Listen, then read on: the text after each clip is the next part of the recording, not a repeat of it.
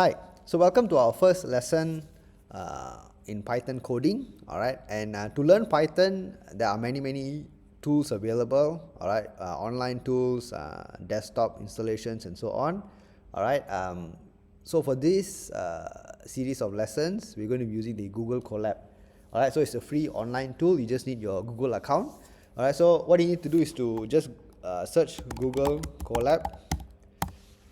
Alright, and then there will be a colab.research.google.com. Alright, that will be the main link. So you just click on that. Alright, once you click on that, alright,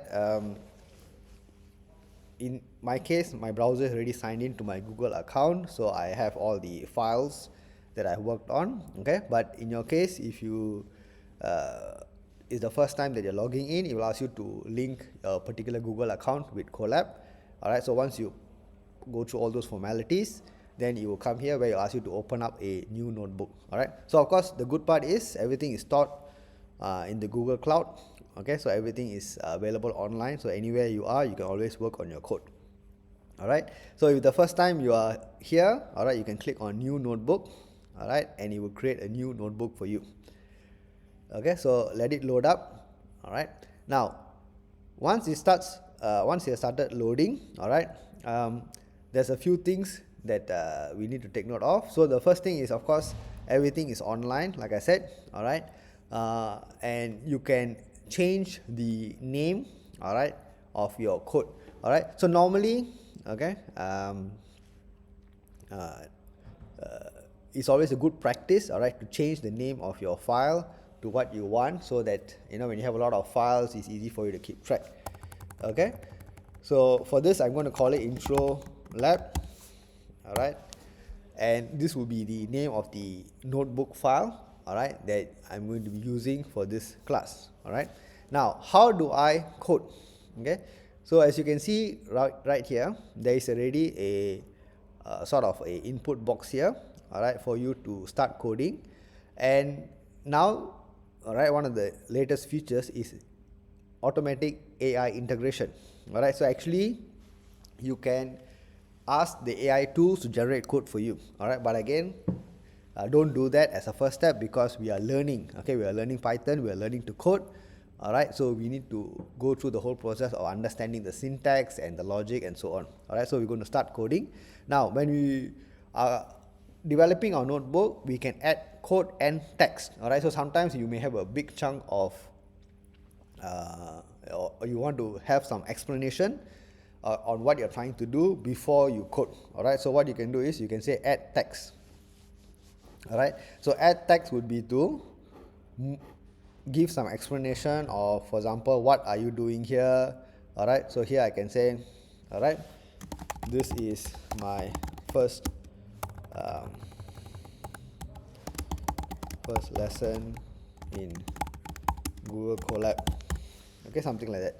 Alright, so of course this is just a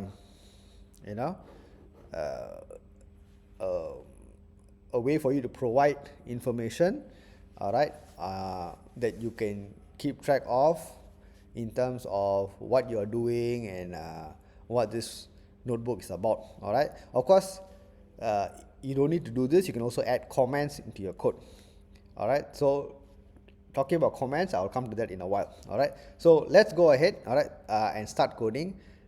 Now, anytime you want to remove any block, you can click on it, alright, and just click on the delete cell here. Okay, so each rectangle element that you see is actually called a cell. Alright, so we are creating multiple cells, alright, where you can keep adding code or text as according to your needs. Alright, now one of the important things about Python is it is considered an interpreted language. Alright, and what is interpreted language? Basically, it sort of execute code line by line. Alright, so if, for example, you have 10 lines of code, you made a mistake in the line number 8, the earlier lines will all still run. Alright, only at the point of time where a particular line has an error, then you will flag off as an error. Alright, now let's go with the simple coding first. How do I display something to the user? Alright, so of course, traditionally coding we start with hello world, so let's go ahead and do that. So print hello world. Alright, now how do I run this code? Alright, so it's very easy. All you need to do is click on the play button next to the cell. Okay, so as you can see, if I hover my mouse over that, it says run cell. So when I click on it, okay, it will trigger the backend system. Okay, so you can see connecting to Python 3 Google Compute Engine backend, okay, at the bottom of the browser. Okay, and once it is connected and it's running your code, you will execute and it will run it for you. Yes, that's it. Alright, so it's very easy. You don't need to install anything. Alright, everything is browser based and everything is online. Okay, so print hello world. Alright, so of course you can add on more code as well. So print I love Python. Okay, so you can go ahead and try. If I want to create more cells, okay, I just move my mouse, okay, towards the bottom of my current cell, and I can click on plus code. Okay, and that will give me a new cell, and I can say print. Okay, so remember my name is Ravi. Okay, and then I can run this cell. Okay, so what is the advantage of writing code in cells? You can pick and choose which cell you want to run. Alright, so in a traditional C programming context, it's a compile language, so everything needs to be correct before you can compile and run the code. And of course, when you run the whole code. Okay, in this kind of interpreted language, okay, and here somewhere with the use of cells, alright, you can pick and choose which particular cell or block of code you want to run at any point of time. Alright, so one cell does not affect another cell. Okay, they are all individually run. Alright, so this is again a good platform. I want you to play around, okay, just to have a feel on how this platform is. Alright, and then we'll slowly progress step by step, alright, to learning about variables, the if else, as in the decision making, the repetition, and so on. Alright, so have fun, alright, and I'll see you in my next lesson on Python. Bye.